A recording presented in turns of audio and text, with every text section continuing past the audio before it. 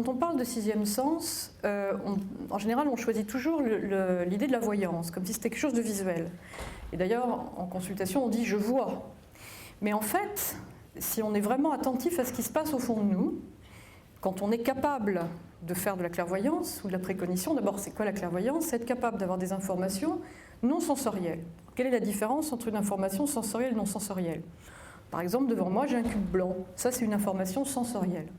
En revanche, si on vous donne un prénom, Chantal, et vous êtes capable de dire que cette dame est plutôt corpulente ou au contraire, qu'elle est très mince, si vous décrivez un très grand jardin dans un endroit où il pleut beaucoup et qu'elle habite en Normandie, alors que vous n'avez juste que son prénom, Chantal, évidemment, là, on peut dire que c'est une information non sensorielle. Bon. Seulement, si on revient sur ce qui s'est passé quand vous répondez au prénom Chantal, vous ne voyez pas Chantal comme je vois ce cube.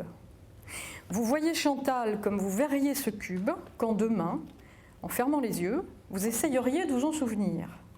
C'est-à-dire que vous utiliseriez des éléments objectifs, il était carré, la couleur, le blanc, dont vous allez vous souvenir, et puis peut-être aussi des éléments subjectifs. Tiens, ça me rappelle une expo d'art moderne que j'avais vue, ça me rappelle la FIAC, qui m'a rappelé la FIAC. Ou alors vous aurez des sensations qui n'ont rien à voir avec l'objectivité. J'aime pas. Ou bien au contraire, ah, c'était joli. Bon.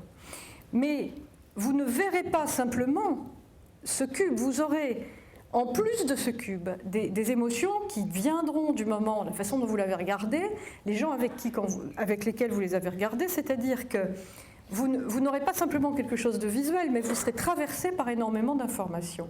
Et encore, le cube n'est pas un réel bon exemple, c'est quelque chose de simple. Mais quand vous passez une soirée avec quelqu'un, vous pouvez dire en général si quelqu'un est blond ou brun, mais en revanche, vous ne savez pas forcément si c'est quelqu'un qui avait des chaussures ou des bottes, s'il y avait des bijoux, pas de bijoux, peu de bijoux. Les femmes remarqueront ce genre de choses, les hommes le remarqueront moins. Or, utiliser son sixième sens, c'est être capable d'avoir des informations non sensorielles. Alors, est-ce qu'il y a que des voyants professionnels qui sont capables de ça? Évidemment que non. Hein. C'est un sens que nous possédons tous, qui s'exerce. Alors, le problème de ce type d'information, c'est que notre société ne prépare pas forcément d'abord à les accueillir, à les admettre. C'est pour ça, quand il y a des résultats dans les groupes, ça peut parfois même poser des problèmes psychologiques. Hein. Et surtout, ce n'est pas des choses par oui ou par non.